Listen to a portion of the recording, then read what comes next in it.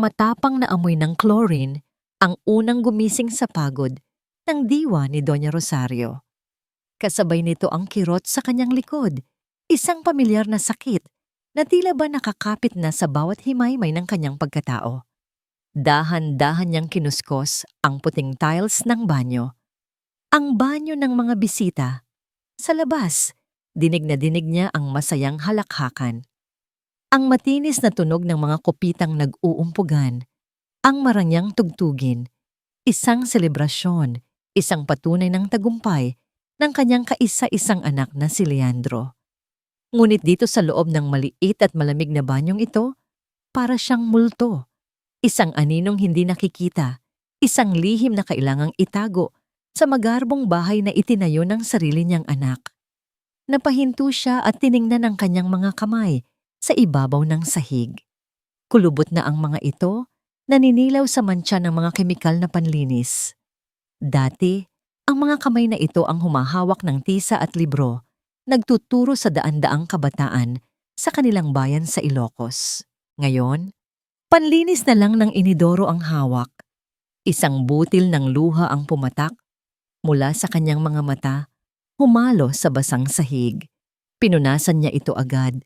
Takot na may makakita, takot na baka ang isang butil na iyon ay maging baha at malunod silang lahat sa katotohanan. Sinubukan niyang tumayo, kumapit sa lababo para sa suporta. Napatingin siya sa salamin. Isang matandang babae ang nakatingin pabalik sa kanya, may pagod sa mga mata at pait sa mga labi. Para kay Leandro, bulong niya sa sarili. Para sa pamilya niya, ito ang mantra na paulit-ulit niyang sinasabi sa sarili. Ang pampamanhid sa bawat kirot. Nang makalabas siya ng banyo, maingat na isinara ang pinto. Sumalubong sa kanya ang isang malaking picture frame na nakasabit sa pasilyo. Ito ang paborito niyang litrato. Si Leandro, ang manugang niyang si Clarice, at ang kambal nilang apo, nakangiti lahat. Isang perpektong pamilya. May alikabok sa salamin. Kumuha siya ng basahan mula sa kanyang bulsa at marahang pinunasan ito. Ngunit sa hindi inaasahang pagkakataon, dahil sa panginginig ng kanyang mga kamay, nadulas ang frame mula sa pagkakakapit nito. Crash! Ang tunog ng nabasag na salamin ay tila mas malakas pa kaysa sa tugtugin sa sala. Halos manigas sa kinatatayuan si Doña Rosario. Ang perpektong litrato ngayon ay may lamat na gumagapang sa mukha ng kanyang mga apo. Isang masamang pangitain. Mommy, are you okay? Ang boses ni Clarice, matamis at puno ng pag-aalala, ang bumasag sa kanyang pagkatulala. Nakatayo ito sa dulo ng pasilyo, kasama ang dalawa sa mga bisita nitong nakagown. Tumango lang si Doña Rosario, hindi makapagsalita. Ngumiti si Clarice sa mga kaibigan. Si Mommy Rosario po. She loves helping around the house. Medyo naging clumsy lang yata. Nakitawa ang mga bisita. Si Doña Rosario ay napayuko na lang. Pinipigilan ang kahihiyan. Nang makaalis na ang huling bisita, nawala ang lahat ng tamis sa boses ni Clarice. Ang ngiti sa kanyang mga labi ay napalitan ng isang malamig at matalim na tingin. Ano na namang kalat ang ginawa mo? Matanda ka. Singal niya habang papalapit. Pasensya na, Clarice. Hindi ko sinasadya. Hindi sinasadya? Dinuro siya ni Clarice. Alam mo ba kung magkano ang frame na yan? Galing pa yan sa Italy. Pero ano bang alam mo sa mga ganyan? Ang alam mo lang ay magkalat at maging pabigat. Yumuko si Doña Rosario para pulutin ang mga bubog. Ako na ang magliligpit. Huwag mong hawakan yan. Baka lalo mo lang sirain. Sigaw ni Clarice. You are a mess. Isang malaking kahihiyan. Nakakahiya ka sa mga bisita ko. Bawat salita ay parang latigo na humahagupit sa puso ni Doña Rosario. Biglang tumunog ang cellphone ni Clarice. Nakita niya ang pangalan sa screen. Leandro, my love. Isang masamang nangiti ang gumuhit sa labi ni Clarice. Sinagot niya ito at agad na inilagay sa loudspeaker. Hi, hon. How's the party? Masiglang boses ni Leandro ang umalingaw-ngaw sa tahimik na pasilyo. It was great, love. Everyone was asking about you. Malamig na sagot ni Clarice habang tinititigan ng masama ang biyenan. That's good to hear. Kumusta si Mama? Is she there? Itinulak ni Clarice ang telepono palapit sa mukha ni Doña Rosario. Gumawa siya ng senyas gamit ang kanyang kamay. Magsalita ka. Ang mga mata ni Clarice ay nagbabaga, isang tahimik na banta. Nanginginig ang boses ni Doña Rosario. Leandro, anak? Ma, kamusta na po kayo? I miss you. Okay lang po ba kayo dyan? Napalunok si Doña Rosario. Naramdaman niya ang pagbara sa kanyang lalamunan. Gusto niyang sumigaw. Gusto niyang sabihin ang lahat. Hindi ako okay, anak. Tulungan mo ako. Pero nakita niya ang pag-igting ng panga ni Clarice. Okay lang ako, anak. Sabi niya. Pinipilit na maging normal ang kanyang boses. Pagod lang siguro. Sa kasiyahan. Si Love? She's fine. Just tired from the party. Sabi ni Clarice sa telepono na may halong panunuya sa huling mga salita. Pagkatapos ng ilang paalam, ibinaba na ni Clarice ang tawag. Ang katahimikan ay mas nakakabingi. Dahan-dahan itong lumapit sa biyenan. Ang bawat hakbang ay mabigat. Nang nasa tapat na niya ito, yumuko si Clarice hanggang sa magkapantay ang kanilang mga mukha. Hinawakan niya ang baba ni Doña Rosario at marahas na itinaas ito. Isang malamig na bulong ang lumabas sa kanyang mga labi, puno ng lason. Tandaan mo, matanda. Isang maling salita mo lang kay Leandro. Bukas na bukas din, nasa ampunan na ang mga apo mo. Malamig ang hangin mula sa aircon sa loob ng conference room, ngunit hindi nito napapawi ang init na nararamdaman ni Leandro sa kanyang batok. 10:00 na ng gabi. Ang mga ilaw ng syudad sa labas ng salaming bintana ay tila mga bituin na abot kamay, isang paalala ng pangarap na pilit niyang binubuo muli. The numbers are not good but they are not hopeless, mariyang sabi ni Leandro. Ang kanyang boses ay umalingaw-ngaw sa katahimikan ng silid. Nakatayo siya sa dulo ng mahabang lamesa, ang mga palad ay nakasapo dito. We lost the biggest client, yes, but that loss will be the foundation of our comeback. Ang mga natitirang board members ay nakatingin sa kanya. May pagod at pag-aalinlangan sa kanilang mga mukha. Ilang buwan na ang nakalipas, mula nang muntik bumagsak ang kumpanyang itinatag ng kanyang ama. At gabi-gabi, ganito ang eksena. Siya ang pilit na nag-aapoy sa gitna ng namamatay na baga. Pagkatapos ng isa pang oras ng mainitang diskusyon, natapos din ang pulong. Isa-isang nagsialisan ang mga kasama niya. Naiwan siyang mag-isa sa malawak na opisina. Napaupo siya sa kanyang swivel chair at huminga ng malalim. Sinapu niya ang kanyang sentido. Ang pagod ay tila isang malaking bato na nakadagan sa kanyang mga balikat. Minsan, gusto na niyang sumuko. Ngunit sa tuwing nararamdaman niya iyon, isang bagay lang ang tinitingnan niya. Kinuha niya ang silver picture frame sa kanyang mesa, ang litrato ng kanyang pamilya. Si Clarice, napakaganda sa kanyang pulang bestida. Ang nangiti nito ay kasing ningning ng mga alahas na suot. Ang kambal, mahigpit ang yakap sa kanilang ina.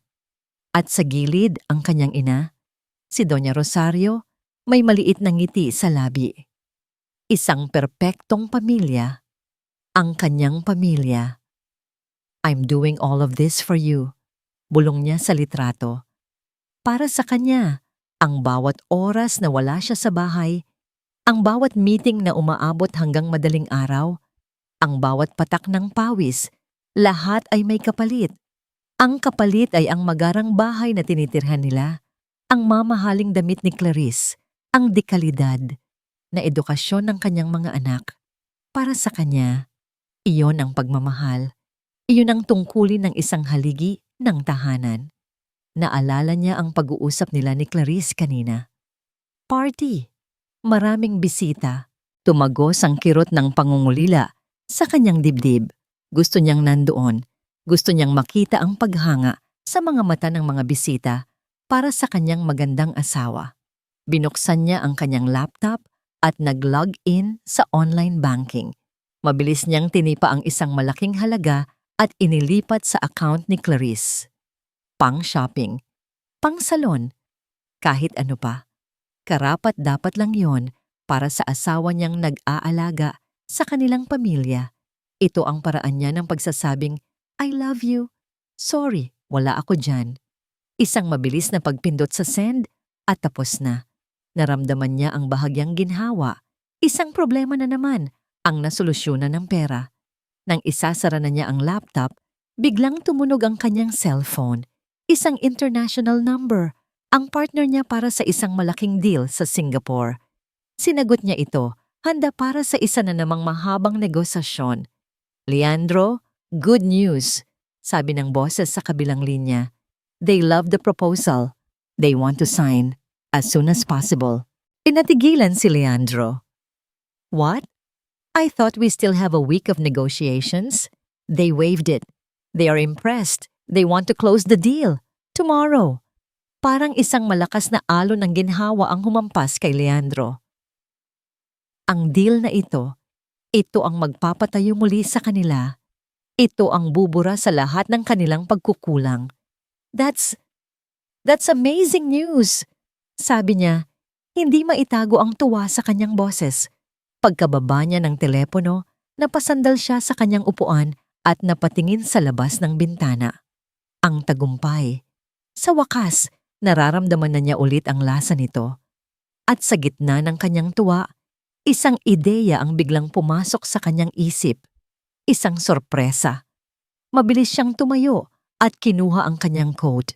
Lumabas siya ng kanyang opisina at dumaan sa lamesa ng kanyang sekretarya na nag-aayos na rin para umuwi. Agnes? Tawag niya. Yes, Sir Leandro? Cancel all my meetings for tomorrow. Everything. Nagulat ang sekretarya. But sir, you have the... Cancel them all. Pag-uulit niya, isang malaking namong ngiti na ngayon ang nasa kanyang mga labi. I'm going home early. Ting! Ang tunog ng notifikasyon sa kanyang cellphone ay musika sa pandinig ni Clarice.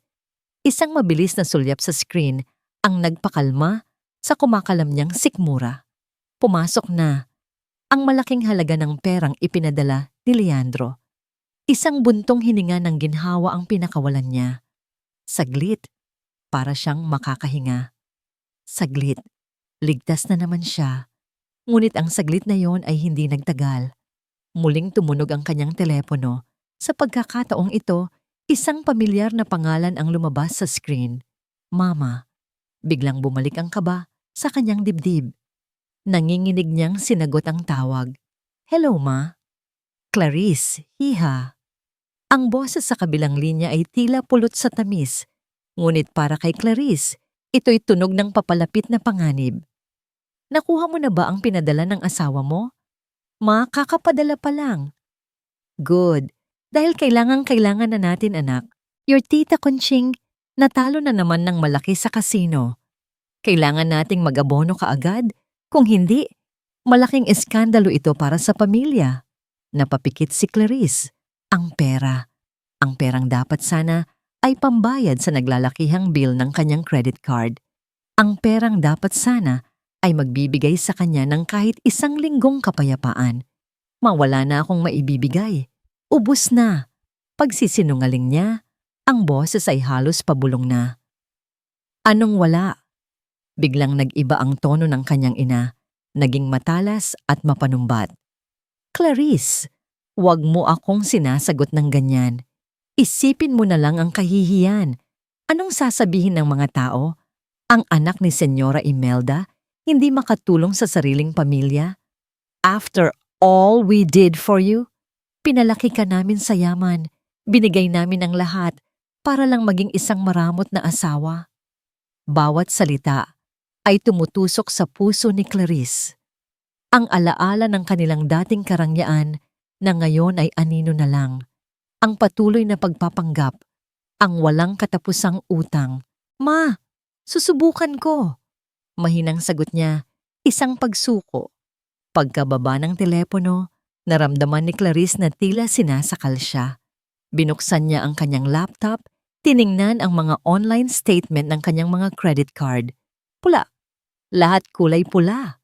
Ang mga numero ay sumasayaw sa harap ng kanyang mga mata. Isang bangungot na hindi matapos-tapos. Ang galit, ang takot, ang desperasyon. Lahat ay naghalo-halo sa loob niya, naghahanap ng malalabasan. At nakita niya ito. Sa may hardin, nakaupo si Doña Rosario sa isang maliit na upuan. Pinapaypayan ang sarili habang binabantayan ang kambal na naglalaro. Tahimik, payapa. Ang kapayapaan sa mukha ng kanyang biyenan ang nagsilbing mitya sa kanyang nag-aapoy na galit. Mabilis siyang lumabas ng bahay. "Hoy matanda!" sigaw niya. Nagulat si Doña Rosario. Agad itong tumayo. "Clarice? Bakit ka nakaupo lang dyan? Akala mo ba bisita ka dito?" Kinaladkad ni Clarice ang isang mabigat at nakarolyong Persian rug mula sa loob ng bahay at inihagis ito sa semento sa harap ni Doña Rosario. "Ito, labhan mo, gamit ang kamay." Nanlaki ang mga mata ni Doña Rosario. "Pero Clarice, napakabigat nito at kaka-dry clean lang nito nung isang buwan. At ngayon, madumi na ulit sa paningin ko." Kumuha si Clarice ng isang bote ng matapang na cleaning chemical mula sa bodega at ibinato ito sa tabi ng rug. "Gusto ko. Pagbalik ko, kasing linis yan ng perlas. Naiintindihan mo?" Hindi na siya naghintay ng sagot. Tinalikuran niya ito at pumasok sa loob. Mula sa bintana ng kusina, pinanood niya ang matanda na hirap na inilaladlad ang mabigat na karpet. Nakita niya kung paano ito umubo nang buksan nito ang bote ng kemikal. Nagsimulang umiyak ang kambal. Marahil ay nagugutom na. Narinig niya ang pagtawag ni Doña Rosario sa kanila, ngunit hindi niya ito pinansin. "Pabayaan mo silang umiyak," sigaw niya mula sa loob. "Tapusin mo muna yung trabaho mo." Ang paghihirap ng matanda, ang pag-iyak ng mga bata. Lahat ng yon ay tila nagbibigay ng isang baluktot na kasiyahan kay Clarice. Sa mundong hindi niya kontrolado, dito sa loob ng bahay na ito, siya ang reyna. Siya ang may kapangyarihan. Habang pinapanood niya si Doña Rosario na nanginginig na kinukuskos ang carpet, ang mga kamay nito ay namumula na. Bigla siyang nakarinig ng isang pamilyar na ugong ng makina mula sa labas ng gate. Isang ugong na hindi niya dapat marinig ngayon. Ang mga headlight ng isang sasakyan ay tumama sa mga halaman sa hardin, nagbibigay liwanag sa eksena ng paghihirap sa labas. Nanigas ang panga ni Clarice, nanlaki ang kanyang mga mata. Dahan-dahan siyang lumingon sa gate na unti-unting bumubukas. Ang kotse ni Leandro. Mula sa galit at kapangyarihan, ang kanyang ekspresyon ay biglang napalitan ng purong, hindi mapapantayang takot. Si Leandro. Bakit siya umuwi? Ang nangiti ay hindi maalis sa mga labi ni Leandro habang ipinapasok niya ang kotse sa kanilang garahe. Ang pakiramdam ng tagumpay mula sa Singapore deal kasama pa ng pananabik na makita ang gulat at tuwa sa mukha ng kanyang pamilya. Ito ang gantimpala sa lahat ng kanyang pagod. Wala nang masasarap pa sa pag-uwi sa isang tahanang payapa. Dahan-dahan niyang binuksan ang pinto ng kotse. Iniisip kung paano sila sorpresahin. Siguro'y naghahapunan na sila. Siguro'y naglalaro ang mga bata sa sala. Ngunit bago pa man niya maihakbang ang kanyang mga paa palabas, bumukas ang pinto sa may kusina at isang pamilyar na figura ang mabilis na lumabas. "Love, you're home." Si Clarice, ang kanyang magandang asawa.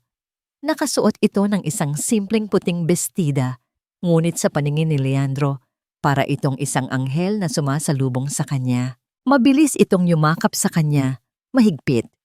"I thought you're coming home tomorrow pa. What a surprise!" Sabi nito. Ang boses ay puno ng kislap. Niyakap niya ito pabalik, nilanghap ang pamilyar na amoy ng mamahaling pabango nito. "The trip was cut short. I wanted to surprise you all." Nang kumala sila sa pagkakayakap, doon lang napansin ni Leandro ang eksena sa hardin. Ang isang malaking carpet na nakalatag sa semento. At ang kanyang ina, Nakatayo sa tabi nito, ang mga damit ay may bahid ng basa. Kumunot ang kanyang noo. "What's happening here, Ma? Anong ginagawa niyo?" Mabilis na sumagot si Clarice. Ang kamay ay humaplos sa braso ni Leandro. "Nagga-garden lang siya, love. You know your mom. Namimiss niya ang buhay probinsya. Pinakiusapan niya ako kung pwede niyang linisin tong lumang rug. Gusto raw niyang magbabad sa araw." Tiningnan ni Leandro ang kanyang ina, pagkatapos ay kay Clarice. May bahid ng pagkalito sa kanyang mukha, pero ang pagod at ang pagtitiwala sa asawa ay mas nangingibabaw. May katwiran naman, ang kanyang ina ay lumaki sa bukid. Siguro nga ay nababagot na ito sa loob ng malaking bahay. Lumapit siya kay Doña Rosario. Doon niya nakita, nang malapitan, namumutla ang kanyang ina. Ang mga mata nito ay may bakas ng pagod. Ang mga kamay nito ay bahagyang nanginginig. "Ma, okay ka lang?" tanong niya, puno ng pag-aalala. Sabi ni Clarice, nag-garden ka raw. Isang mabagal na tango lang ang isinagot ni Doña Rosario. Hindi ito makatingin ng diretso sa kanyang mga mata. Umiwas ito ng tingin na para bang ang mga damo sa paanan nito ang pinaka-interesanteng bagay sa mundo. Hinawakan ni Leandro ang balikat ng ina. Naramdaman niya ang panginginig nito. Napailing siya. Isang nangiti ng pag-unawa ang gumuhit sa kanyang labi. "Napagod siguro talaga kayo, Ma." Tiningnan niya ito ng may pagmamahal, ang uri ng pagmamahal ng isang anak, na ang tingin sa ina ay isang reyna na dapat laging nagpapahinga. "Ma, please take care of yourself," sabi niya sa malumanay na boses. "Huwag niyo pong pagurin ang sarili niyo. Nandito po kayo para mag-relax, hindi para magtrabaho." Ang mga salitang yon, na puno ng mabuting intensyon, ay tila sampal na lumapat sa pandinig ni Doña Rosario. Nakita ni Leandro ang bahagyang paggalaw ng mga labi nito na parang may gustong sabihin, ngunit walang salitang lumabas. "Halika na po sa loob, Ama.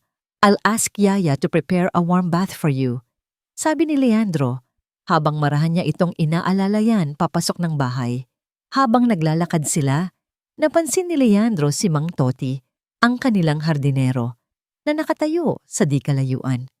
Tahimik itong nagmamasid, ang mukha ay seryoso. Tumango lang si Leandro dito bago ipagpatuloy ang pag-akay sa kanyang ina. Nang gabing iyon, masaya ang hapunan. Nagkwento si Leandro tungkol sa kanyang tagumpay sa Singapore. Si Clarice ay tawa ng tawa, ang perpektong asawa. Ang kambal ay masigla. Tanging ang kanyang ina lang ang tahimik sa isang sulok ng lamesa, halos hindi ginagalaw ang pagkain. Pagod lang talaga si Mama, isip ni Leandro. Kailangan niya lang magpahinga. Nang matapos ang gabi at mahiga na siya sa kanilang malambot na kama, katabi ang kanyang asawa, naramdaman ni Leandro ang isang kumpletong kapayapaan. Nasa bahay na siya. Ligtas ang kanyang pamilya. Maayos ang lahat. Sa labas, sa kadiliman ng hardin, naglalakad si Mang Toti pauwi na sana nang mapahinto siya malapit sa bintana ng maliit na bodega kung saan madalas tumambay si Doña Rosario. May narinig siyang isang tunog, mahina, halos hindi mapansin. Tumigil siya at pinakinggan itong mabuti. Isang mahinang pag-iyak, isang tunog ng pusong sinusubukan durugin ang sarili sa gitna ng katahimikan. Ang mahinang paghikbi mula sa bodega ay parang maliliit na karayom na tumutusok sa puso ni Mang Toti. Hindi ito ang unang beses na narinig niya iyon. At sa bawat pagkakataon, iisang alaala ang bumabalik sa kanya. Isang sugat na hindi kailanman naghilom. Ang alaala ng kanyang anak na si Elena. 18 taon pa lang si Elena noon. Puno ng pangarap, ng mamasukan, bilang kasambahay sa isang mayamang pamilya sa Maynila. Sa una masaya ang mga kwento nito, pero habang lumilipas ang mga buwan, unti-unting nawala ang kislap sa kanyang mga mata. Nangayayat ito, at isang araw, umuwi itong may mga pasa sa braso na pilit tinatago sa ilalim ng kanyang damit. "Napaso lang po, Itay," sabi nito.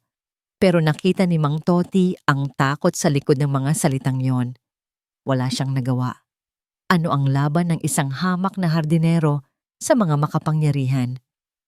Magtiis ka lang anak. Matatapos din yan. Ang tanging niyang nais sagot. Isang payo na pinagsisihan niya habang buhay. Ang pagtitiis na yon ang kumuha sa lahat ng natitirang sigla ni Elena. Ngayon, habang pinapakinggan niya ang pag-iyak ni Doña Rosario, ang dating respetadong maestra, naramdaman ni Mang Toti ang pamilyar na galit at kawalan ng magawa. Ngunit sa pagkakataong ito, may nag-iba. Hindi, maring sabi niya sa kanyang isipan. Hindi na mauulit pa. Kinabukasan, hindi nagpunta si Mang Toti sa kanyang karaniwang tindahan ng mga pananim. Sa halip, sumakay siya ng jeep papuntang Quiapo, gamit ang kaunting ipon na dapat sana ay para sa pagpapagawa ng kanilang bubong. Pumasok siya sa isang maliit na tindahan ng electronics. Medyo nag-alangan pa siya, ngunit nang maalala niya ang mukha ni Doña Rosario kagabi, nawala ang lahat ng kanyang pagdududa. Ano pong sa inyo, Tay? Tanong ng binatang nagbabantay. Meron ba kayong maliit na kamera? Mahinang tanong ni Mang Tuti. Yung tagogo. Pag-uwi niya ng Illustre Mansion ng hapong yon, may dala siyang isang maliit na kahon. Sa loob, isang bagay na kasinliit lang ng butones. May maliit na lente sa gitna. Naghintay siya hanggang sa tuluyan ng dumilim ang paligid. Nang sigurado na siyang nasa loob na ng bahay ang lahat, nagsimula siyang mag-abala sa hardin. Kunwari hindi, nagliligpit ng mga gamit. Maingat niyang pinili ang pwesto. Isang malaking paso ng hosta plant, malapit sa pinto ng kusina. Ang anggulo nito ay sakto lang, kitang-kita ang patio, kung saan madalas pinapagawa si Doña Rosario ng mabibigat na gawain. Gamit ang kanyang magaspang na mga kamay na sanay sa lupa at halaman. Buong ingat niyang ikinabit ang maliit na kamera sa ilalim ng isa sa mga malalapad na dahon. Itinago niya ang manipis na wire sa likod ng paso. Halos hindi ito makita. Nang matapos, napaatras siya at tiningnan ang kanyang gawa. Perpekto. Walang sino man ang mag-aakalang may isang matang nakamasid. Napatingala siya sa langit na puno ng bituin. Panginoon, bulong niya sa hangin. Bigyan niyo po ako ng paraan para mailigtas siya. Kinabukasan, umalis si Leandro para sa isang maikling business trip. Gaya ng inaasahan, bumalik ang tunay na kulay ni Clarice. Nang magtanghalian, kumain si Clarice sa lamesa sa labas. Si Doña Rosario naman ay nasa isang tabi, kumakain ng kanin at isang pirasong isda. Pagkatapos kumain ni Clarice, may natira pang pagkain sa kanyang plato. Isang mamahaling steak na hindi niya naubos. Tumayo ito at sa halip na dalhin ang plato sa kusina, lumapit ito kay Donna Rosario. Walang anumang salita, walang anumang emosyon sa kanyang mukha. Marahan niyang itinaktak ang natirang pagkain mula sa kanyang plato papunta sa plato ng matanda. Ang sarsa ng steak ay humalo sa kanin at isda. "Oh, ayan," malamig na sabi ni Clarice. "Sayang naman kung itatapon. Ubusin mo." Tumingala si Doña Rosario. Ang mga mata ay naglalaman ng di masukat na sakit at kahihiyan. Pero gaya ng dati, hindi ito nagsalita. Dahan-dahan lang itong tumango. Sa ilalim ng malapad na dahon ng hosta plant, isang maliit na pulang ilaw ang tahimik na kumurap. Nagsimula nang mag-record ang katotohanan. "Leandro, can I have a minute?" Inangat ni Leandro ang kanyang tingin mula sa mga papeles na nakakalat sa kanyang mesa. Si Mang Arthur, ang kanilang hepe ng accounting department at matagal ng kaibigan ng kanyang ama, ay nakatayo sa may pinto. Ang seryosong mukha nito ay nagsasabing hindi ito isang ordinaryong pag-uusap. "Sure, Art. Come in. Have a seat," sabi ni Leandro. Itinaas ang kamay paturo sa upuan sa harap ng kanyang mesa. Umupo si Mang Arthur. Inilapag ang isang manipis na folder sa mesa. Huminga ito ng malalim bago magsalita. "Leandro, ayoko sanang dalhin to sa'yo. Alam kong abala ka sa pagbangon ng kumpanya. It's fine art. What is it? Binuksan ni Mang Arthur ang folder. Sa loob, isang listahan ng mga bank transaction. Napansin ko lang sa reports nitong nakaraang 2 buwan. May ilang malalaking fund transfer mula sa corporate account papunta sa isang personal account. Kumunot ang noo ni Leandro. Kinuha niya ang papel at tiningnan ang mga numero. Tunay ngang malalaki ang halaga, sapat para bumili ng isang bagong kotse. Tiningnan niya ang pangalan ng account na pinag-transferan, Clarice Ilustre. Agad na naramdaman ni Leandro ang bahagyang inis, hindi sa kanyang asawa, kundi kay Mang Arthur. It's Clarice's account, Art. Sabi niya, ang tono ay medyo depensibo. She's my wife. She handles the household budget. Marahil may mga malalaking binayaran lang para sa bahay. Pero Leandro, this is from the company's main operations fund. Mahinahong paliwanag ni Mang Arthur. Hindi ito galing sa personal na sahod mo. At ang mga halaga, medyo lampas sa karaniwang household budget. Ibinalik ni Leandro ang folder sa mesa. Medyo may diin.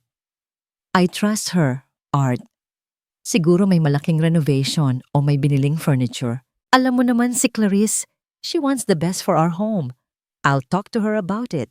For now, let's just focus on the Singapore deal. Ang mga salitang I trust her ay lumabas sa kanyang bibig ng may kasiguraduhan. Pero sa loob-loob niya, isang maliit na binhi ng pagdududa ang naitanim.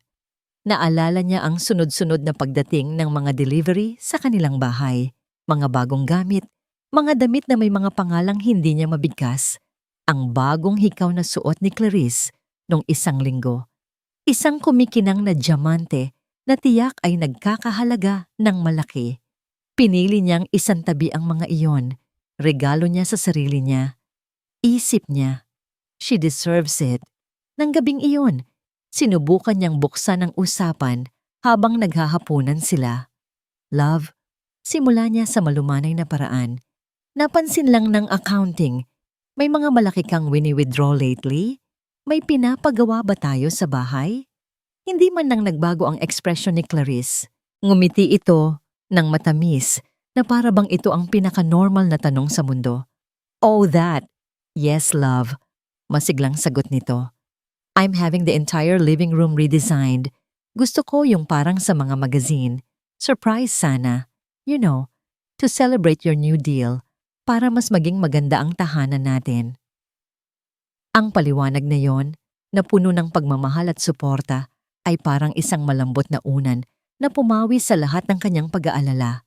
Ngumiti si Leandro. Muli, naniwala siya. Paano ba naman siya hindi maniniwala?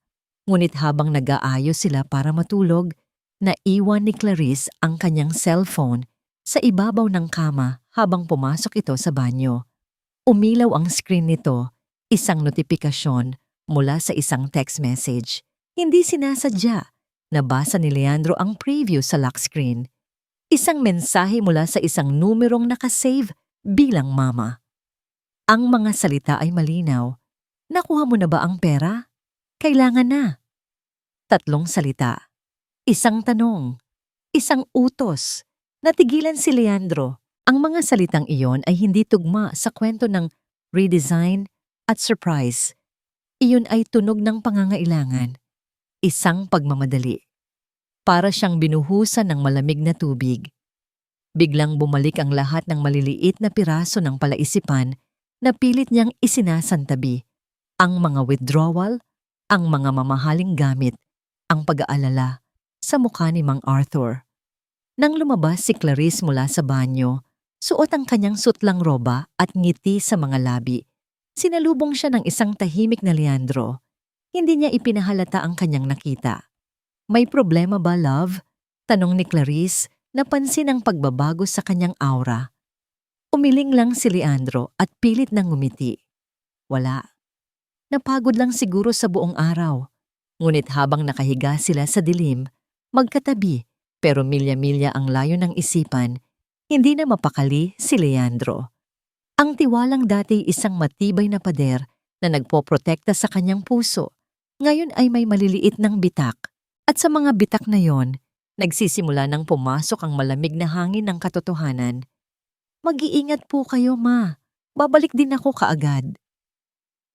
Ang mga salitang yun ni Leandro, kasama ng isang magaan na halik sa kanyang noo, ang nagsilbing panandaliang kalaasag ni Doña Rosario.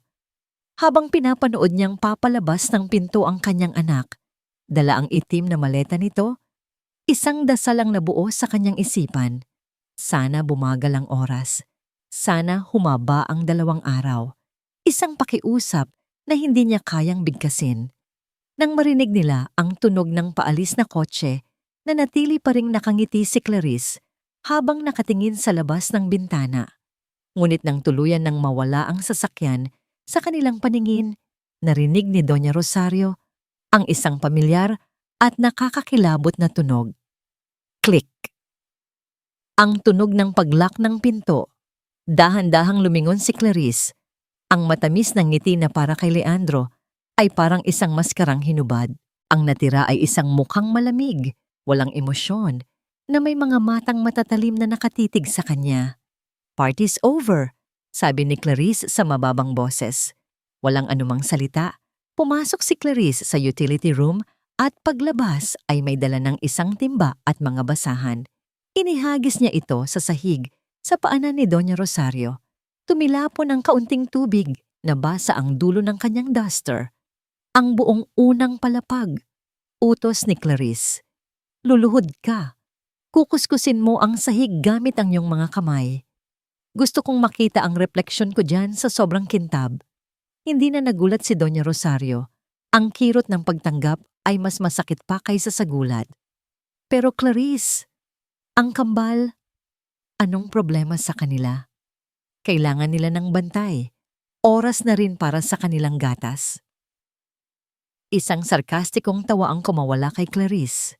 "Talaga? At sino ka para magsabi niyan? Ang yaya? Hindi. Isa ka lang matandang nakikitira. Gawin mo ang sinabi ko."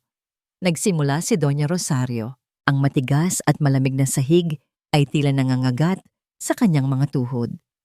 Ang matapang na amoy ng panlinis ay humahapdi sa kanyang ilong at lalamunan. Ang bawat kuskos ng basahan sa sahig ay tila humihila sa natitira niyang lakas. Maya-maya pa, gaya ng kanyang inaasahan, nagsimula ng umiyak ang kambal mula sa kanilang silid sa itaas. Isang iyak ng pagkagutom. Napatigil si Doña Rosario. Ang puso niya ay tila pinipiga. "Clarice, ang mga bata. Pabayaan mo sila," sigaw ni Clarice mula sa sala, kung saan ito ay komportableng nanonood ng telebisyon. "Kasalanan mo yan. Kung mas mabilis ka lang sanang kumilos, edi sana napatimplahan mo na sila ng gatas." Lalong lumakas ang iyak ng mga bata. Isang sigaw na tumatagos sa bawat sulok ng malaking bahay. Isang sigaw na tila sumisisi sa kanya. Hindi na niya natiis. Hirap man, dahan-dahan siyang tumayo. Ininda ang sakit sa kanyang likod at tuhod at umakyat para kunin ang kambal. Isinandal niya ang isa sa kanyang likod gamit ang isang malaking lampin at kinarga naman niya ang isa pa sa kanyang harap. Bumalik siya sa paglilinis. Ngayon, doble na ang bigat na kanyang pasan. Ang iyak ng mga bata ay nasa mismong tainga na niya. Ang kanilang maliliit na luha ay tumutulo sa kanyang balikat. Ang kanilang mga hikbi ay maliliit na punyal na sumasaksak sa kanyang puso. Nagsimulang manlabo ang kanyang paningin, hindi dahil sa pawis, kundi dahil sa mga luhang pilit niyang pinipigilan. Pagkalipas ng isang oras, na tila isang buong araw, tumayo si Clarice. Inayos ang sarili sa harap ng salamin. "Aalis ako. Magpapasalon," sabi nito. Hindi man lang siya tinitingnan. Itinuro nito ang halos hindi pa nangangalahating sahig. "Bilisan mo. Kung hindi matapos yan bago ako umuwi galing sa salon, ipapakain ko sa aso ang pagkain ninyong lahat." Sa narinig, gumuho ang lahat ng natitirang pagpipigil ni Doña Rosario. Ngunit walang luhang lumabas. Walang salita. Tanging isang matinding kirot sa kanyang dibdib ang kanyang naramdaman. Isang kirot na halos hindi niya kayang hihinga. Nanghihina, napaluhod siya. Ang bigat ng dalawang apo, ang bigat ng pagod, ang bigat ng kalupitan, lahat ay sabay-sabay na dumagan sa kanya. Napatingin siya sa umiiyak na mukha ng kanyang mga apo, mga inosenteng anghel na nadadamay sa impyernong ito. At sa kanilang mga mata, nakita niya ang sariling tanong. Hanggang kailan? Hanggang kailan pa niya ito kakayanin? Ang tawag ay dumating habang si Leandro ay nasa gitna ng airport, naghihintay na tawagin ang kanyang flight. Isang biglaang sama ng panahon, isang namumuong bagyo. Lahat ng flights papuntang Maynila ay kanselado. Sa halip na mainis, isang kakaibang saya ang naramdaman ni Leandro. Para bang tadhana na mismo ang gumagawa ng paraan. It's a sign, bulong niya sa sarili. Uuwi siya. Uuwi siya ng mas maaga. Hindi na siya nag-abala pang tumawag sa bahay. Mas masaya ang sorpresa habang nagmamaneho pa uwi. Ang ulan ay nagsimulang pumatak. Isang mahinang ambon na unti-unting lumalakas. Sa kanyang isipan, nabubuo na ang eksena. Ang gulat sa mukha ni Clarice na mapapalitan ng isang matamis na ngiti. Ang masayang sigaw ng kambal. Ang mahinahong pagbati ng kanyang ina. Ito ang mga imaheng nagpapagaan sa anumang bigat na dala ng trabaho. Nang marating niya ang kanilang gate, napansin niyang wala ang kotse ni Clarice. Siguro'y namili o nasa salon. Mas maganda. Masusolo niya muna ang kanyang ina at mga anak. Dahan-dahan niyang ipinasok ang susi sa pinto. Maingat na hindi ito gumawa ng ingay. Surprise! Pagbukas niya ng pinto, isang hindi pamilyar na katahimikan ang sumalubong sa kanya. Walang tugtog, walang tawanan. Tanging ang mahinang tunog lang ng pag-iyak. Kumunot ang kanyang noo. Dahan-dahan siyang pumasok, isinara ang pinto sa kanyang likuran. Sinundan niya ang tunog, papunta sa sala. At doon, sa gitna ng malawak at makintab na sahig, nakita niya ito. Ang mundo ni Leandro ay huminto. Ang hangin ay tila ninakaw mula sa kanyang mga baga. Ang tibok ng kanyang puso ay dumagundong sa kanyang tainga. Ngunit lahat ng iba pang tunog sa paligid ay naglaho. Ang kanyang ina. Si Doña Rosario, nakadapa sa sahig, nanginginig. Ang dating respetadong maestra, ang ilaw ng kanyang buhay, ay nakaluhod na parang isang pulubi sa sarili nitong tahanan. Ang isang kamay nito ay may hawak na basahan, basang-basa sa tubig na may halong kemikal. Ang sahig sa paligid nito ay basa. At ang isa pa niyang kamay, nakayakap sa kanyang dalawang anak. Ang kambal, ang mga apo nito, na walang tigil sa pag-iyak dahil sa gutom. Nakita ni Leandro ang pagod sa bawat hibla ng katawan ng kanyang ina. Ang sakit sa bawat paghinga nito. Ang desperasyon sa pag-uga nito sa mga bata. Isang pilit na paggalo kahit wala na itong lakas. Ang perpektong mundo na binuo ni Leandro sa kanyang isipan. Ang magarang bahay, ang masayang pamilya, ang mapagmahal na asawa. Lahat ng yon ay gumuho sa isang iglap. Ang mga pader ay nabasag. Ang sahig ay bumuka. At sa ilalim ng lahat ng kasinungalingan, naroon ang katotohanan ito. Masakit, krudo, at hindi mapapatawad. Ang bigat ng leather briefcase na hawak niya ay biglang nawala. Nahulog ito mula sa kanyang kamay. Blag! Ang malakas na tunog ay bumasag sa mahipnotismong katahimikan. Sa wakas, gumalaw si Doa Rosario. Dahan-dahan itong lumingon. Ang mga mata nito ay nanlalabo, bahagya mula sa luha, bahagya mula sa matapang na amoy ng chemical. Nang makita nito kung sino ang nakatayo sa may pinto, isang ekspresyon ng gulat at takot ang gumuhit sa mukha nito. Binuka nito ang kanyang bibig. Naubos ang lahat ng natitirang lakas sa isang salita. Leandro, anak. At pagkatapos noon, ang kanyang mga mata ay pumikit. Ang kanyang katawan ay bumagsak. Nawalan ito ng malay, bumagsak sa basang sahig, kasama ng kanyang umiiyak na mga apo. Isang sigaw ang kumawala Mula sa lalamunan ni Leandro, isang sigaw na naglalaman ng lahat ng sakit, gulat, at pagsisising biglang bumuhos sa kanyang pagkatao. "Mama!" Mabilis pa sa kidlat, tumakbo siya palapit. Binaliwala niya ang basang sahig, ang nagkalat na gamit panlinis. Lumuhod siya at maingat na inangat ang ulo ng kanyang ina. Ang gaan nito, napakagaan, tila babutot balat na lang ang kanyang pasan. Naramdaman niya ang nanginginig nitong katawan, ang malamig nitong balat. Hinaplos niya ang pisngi nito at doon niya naramdaman ang mga luhang hindi pa natutuyo. Ang dalawang bata na nagulat sa pagbagsak ng kanilang lola ay lalong lumakas sa pag-iyak. Kinuha sila ni Leandro, niyakap ng mahigpit at inilayo sa sahig na puno ng kemikal. "Shh! Tahan na! Daddy's here!" Bulong niya, ngunit ang kanyang boses ay basag. Nang ilapag niya ang kambal sa sofa, bumalik siya sa kanyang ina. Niyakap niya ito, isinandal ang ulo nito sa kanyang dibdib. At sa unang pagkakataon, nakita niya ng malapitan ng mga kamay nito. Pula, namamaga, at may mga gasgas mula sa pagkakakuskos. Ang mga kamay na dating nag-aalaga sa kanya, ngayon ay sinira ng pagpapabaya niya. Dahan-dahang iminulat ni Doña Rosario ang kanyang mga mata. Nang makita niya ang mukha ng anak, puno ng pag-aalala, ang lahat ng pader na itinayo niya sa paligid ng kanyang puso ay tuluyan ng gumuho. Ang mga luhang matagal niyang kinimkim ay bumuhos na parang isang rumaragasang ilog. "Anak, pasensya ka na. Ikbiniya. Mama, anong nangyari? Bakit?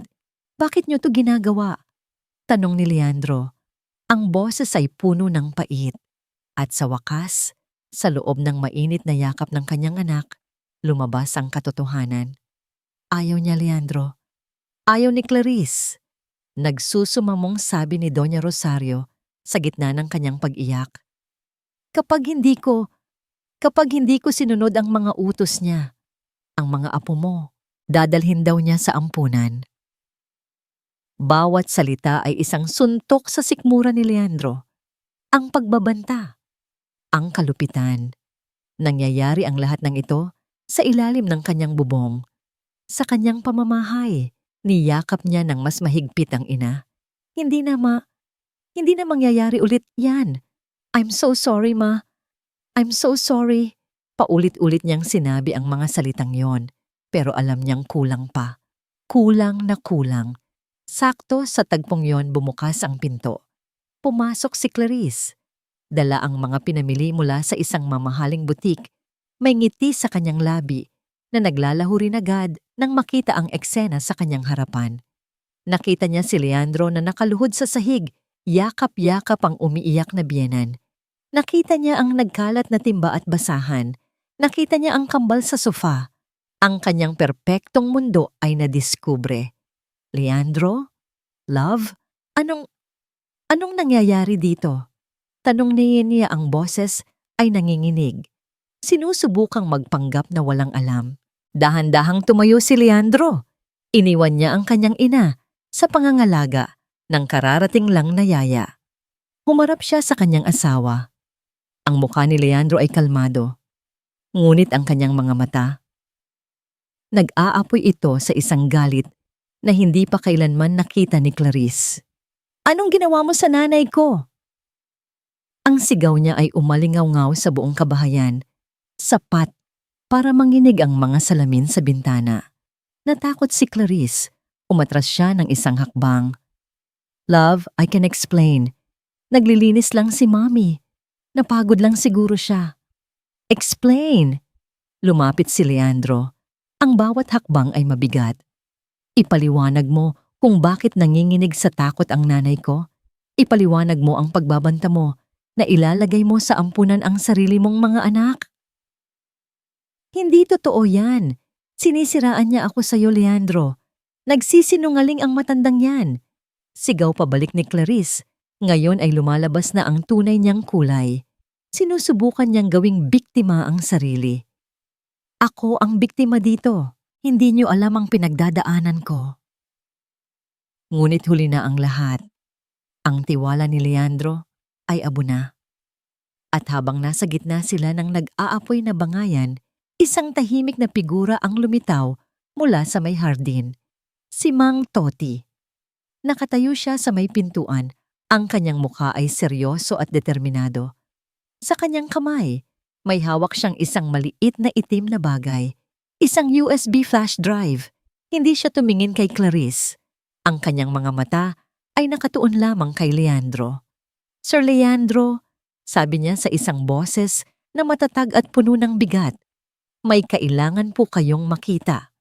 Nanginginig ang kamay ni Leandro nang abutin niya ang USB mula kay Mang Toti. Malamig, maliit. Isang bagay na walang kabigat-bigat, ngunit alam niyang naglalaman ng bigat ng buong mundo. Ano yan? Isang pekeng ebidensya? Tumawa si Clarice, ngunit ang tawa niya ay basag at puno ng takot. Huwag kang maniwala dyan, love. Pakanalang yan ng mga taong naiinggit sa atin. Hindi pinansin ni Leandro ang kanyang mga salita. Ang kanyang mga mata ay hindi na nakatingin kay Clarice. Para sa kanya, wala na ito sa silid. Dala ang USB, naglakad siya papunta sa kanyang maliit na study. Hindi siya lumingon. Hindi niya kailangang lumingon para malaman na sumusunod si Clarice na parang isang pusang na trap. Sumunod din si Doña Rosario. Inaalalayan ng yaya, ang mukha ay puno ng pangamba. Isinaksak ni Leandro ang USB sa kanyang laptop. Ang bawat tunog, ang pag-click ng drive, ang pag-ikot ng fan ng computer ay tila nakabibingi sa sobrang katahimikan. Pinindot niya ang play. Ang unang lumabas sa screen ay isang pamilyar na eksena. Ang hardin, ang petsa at oras ay nasa sulok ng video. Ang unang tagpo. Si Clarice, itinatak ang natirang pagkain sa plato ni Doña Rosario. Tingnan mo, pinapakain ko siya. Mabilis na depensa ni Clarice. Ako pa ang masama. Ngunit hindi kumibo si Leandro. Tuloy lang ang panunood. Sunod na tagpo, si Doña Rosario hirap na hirap sa paglalaban ng mabigat na carpet. Sunod pa, si Clarice, tinutulak ang kanyang ina habang ito'y naglilinis. Bawat eksena ay isang patalim na humihiwa sa puso ni Leandro, ngunit hindi pa ito ang pumatay sa kanya. Hanggang sa umabot sila sa huling video clip. Kuha ito ilang araw lang ang nakalipas. Nakatayo si Clarice sa hardin, may kausap sa telepono, malakas at malinaw ang audio. Oo ma, nakuha ko na, sabi ng boses ni Clarice sa video. May halong pagyayabang. Huwag kang mag-alala. Ang aking personal na bangko, hindi naman marunong humindi. Ang aking personal na bangko. Tumagos ang mga salitang yon sa kaluluwa ni Leandro. Hindi asawa, hindi partner. Isang bangko, isang makina na nagbibigay ng pera. Nanigas siya sa kanyang kinauupuan, ngunit hindi pa tapos ang video. Kamusta naman yung panggulo dyan? Tanong ng boses sa kabilang linya. Isang halakhak ang kumawala kay Clarissa sa video. Isang halakhak na puno ng pangmamaliit. Yung matandang anay na sumisira sa maganda kong bahay? Sabi nito. Ayun, nagpapakapagod. Mabuti na yan, at least may silbi. Matandang anay. Doon. Iyon ang salitang pumatay sa lahat ng natitirang pagmamahal sa puso ni Leandro. Hindi siya sumigaw, hindi siya nagmura. Naramdaman lang niya ang unti-unting panlalamig ng kanyang buong katawan. Ang pag-ibig na dati isang nag-aalab na apoy para kay Clarice, ngayon ay naging abo sa isang iglap. Isang malamig, walang buhay na abo. Isang butil ng luha ang pumatak mula sa kanyang kaliwang mata. Isang lang, isang tahimik na patunay ng isang pusong tuluyan ng nawasak. Nang matapos ang video, ang tanging maririnig sa silid ay ang paghikbi ni Doña Rosario at ang mabilis na paghinga ni Clarice. Alam niyang tapos na. Leandro, love, pakinggan mo ako. Lumuhod si Clarice sa tabi niya. Hinawakan nito ang kanyang binti, yumugyog. Hindi ko sinsadya yun. Nadala lang ako. Alam mong mahal na mahal kita. Ngunit nang tingnan siya ni Leandro, ang nakita ni Clarice ay hindi na ang asawang minsan ay sumamba sa kanya. Ang nakita niya ay mga mata ng isang estranghero. Malamig, malayo, walang anumang bakas ng emosyon. Dahan-dahang inalis ni Leandro ang kamay nito mula sa kanyang binti na para bang ito ay isang maruming bagay. Kalmado siyang tumayo. Kinuha niya ang kanyang cellphone mula sa bulsa. Walang pag-aalinlangan, idinial niya ang isang numero mula sa kanyang mga contact. Nang may sumagot sa kabilang linya, nagsalita si Leandro sa isang boses na matatag at walang buhay. Hello? Attorney David? I need to speak to my lawyer right now. Ang mga sumunod na linggo ay dumaan na parang isang masamang panaginip para kay Doña Rosario. Ang mga araw ay puno ng tensyon, ng mga abogado, at ng mga salitang hindi niya lubos na maintindihan. Custody, annulment, settlement. Nakikita niya ang anino ni Clarice sa bahay, isang multo ng dating karangyaan. Ang muka ay laging basa sa luha ng pagsisisi, ngunit ang mga luha nito ay wala ng halaga. Ang bahay na dati pinaghaharian nito ay naging isang malamig na korte kung saan siya ang nasasakdal. At si Leandro, ang kanyang anak ay nagbago. Nawala ang dating sigla sa mga mata nito. Napalitan iyon ng isang matigas na determinasyon na hindi pa niya kailanman nakita. Hindi na ito ang Leandro na bulag. Ngayon, ang kanyang mga mata ay bukas na bukas. Sa huli, nanalo ang katotohanan. Si Leandro ang binigyan ng buong karapatan sa pangangalaga ng kambal. At si Clarice, nawala sa kanilang buhay na parang isang bula. Dala ang kahihiyan at ang mga konsekwensya ng kanyang mga ginawa. Isang araw, pagkatapos ng lahat ng gulo, pumasok si Leandro sa kanyang silid. Ma, sabi nito sa malumanay na boses, mag-empake na po kayo. Saan tayo pupunta, anak? Isang maliit na ngiti ang sumilay sa labi ni Leandro. Ang unang totoong nangiti na nakita ni Doña Rosario sa loob ng mahabang panahon. Uuwi na po tayo. Uuwi. Ang salitang iyon ay nagbigay ng kakaibang init sa puso ni Doña Rosario. Ang biyahe papuntang Ilocos ay mahaba. Ngunit para kay Doña Rosario, bawat kilometro ay isang paglayo mula sa bangungot at isang paglapit sa kapayapaan. Habang ang cityscape ng Maynila ay unti-unting napapalitan ng malalawak na bukirin at berdeng kabundukan, naramdaman niyang unti-unti ring lumuluwag ang kanyang paghinga. Ang bahay na kanilang dinatnan ay ang parehong bahay kung saan siya lumaki at nagpalaki kay Leandro. Simple, maliit, may amoy ng lumang kahoy at sariwang hangin. Sa unang pagkakataon sa loob ng maraming taon, naramdaman ni Doña Rosario na siya ay tunay na nakauwi. Ang mga sumunod na araw ay tahimik. Si Leandro mismo ang nag-asikaso sa lahat. Siya ang nagluluto, nag-aalaga sa kambal, at nag-aasikaso sa kanyang ina. Ibinaba niya ang lahat ng kanyang trabaho sa Maynila. Ipinasa sa mga taong pinagkakatiwalaan niya. Ang kumpanya, anak? Nag-aalalang tanong ni Doña Rosario, isang hapon, habang nakaupo sila sa beranda. Pinapanood ang paglubog ng araw. Tumingin sa kanya si Leandro. Ma, ilang taon kong binuo ang kumpanya, pero sa ilang taon na yon, hindi ko na malayang winawasak ko pala ang pamilya ko. Ngayon, ang pamilya ko naman ang bubuuin ko. Isang hapon, habang naglalaro ang kambal sa damuhan, umupo si Leandro sa tabi ng kanyang ina.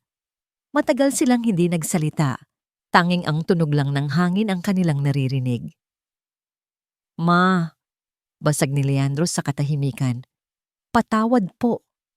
Hindi ito ang unang beses na sinabi niya iyon, ngunit sa pagkakataong ito, may kasama itong bigat. Isang bigat ng totoong pagsisisi. Hindi ko po kayo nakita. Nandyan lang kayo sa harapan ko, pero hindi ko kayo tiningnan. Patawarin niyo po ako sa pagkabulag ko.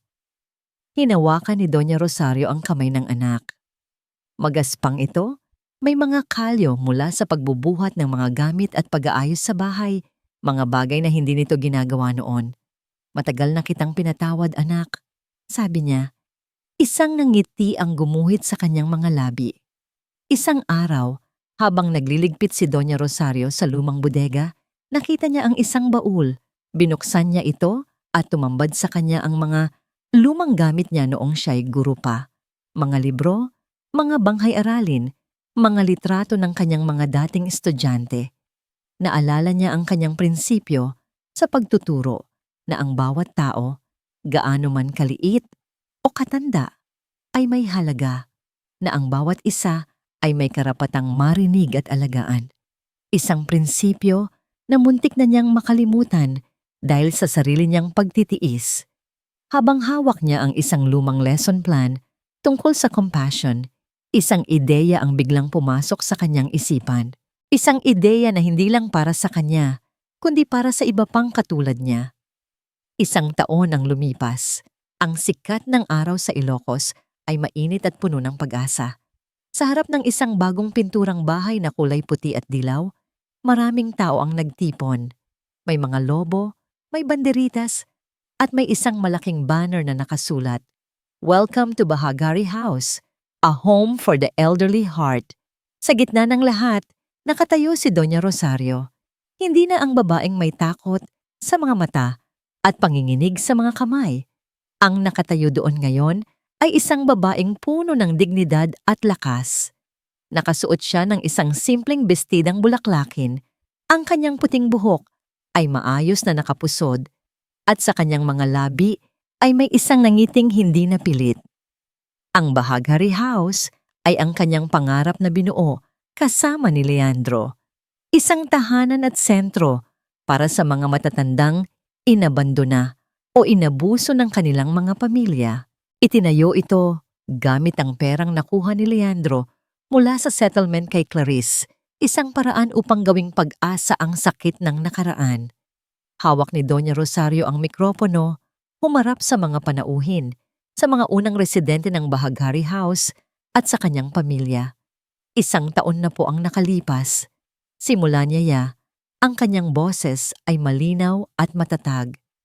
Nang halos makalimutan ko na ang aking sariling halaga, naniwala ako na ang aking papel ay magtiis na lang sa isang tabi.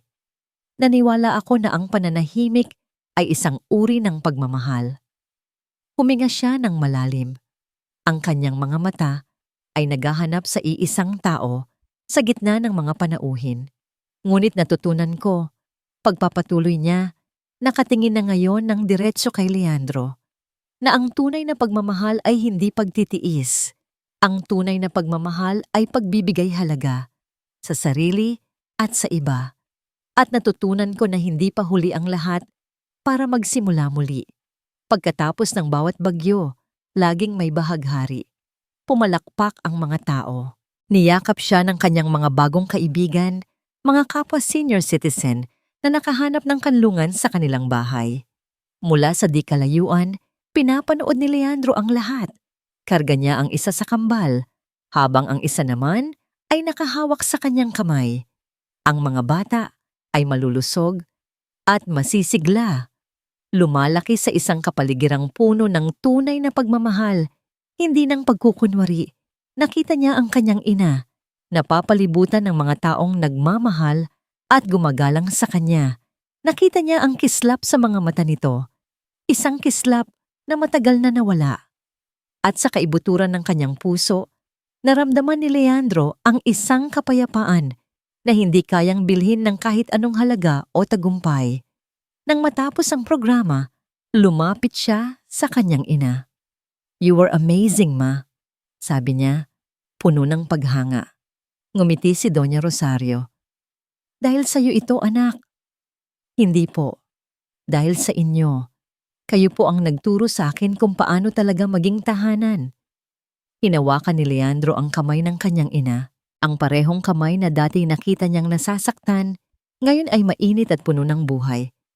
Tinitigan niya ito sa mata, at sa pagkakataong ito, tunay na niya itong nakikita. Hindi lang bilang isang ina, kundi bilang isang buong tao.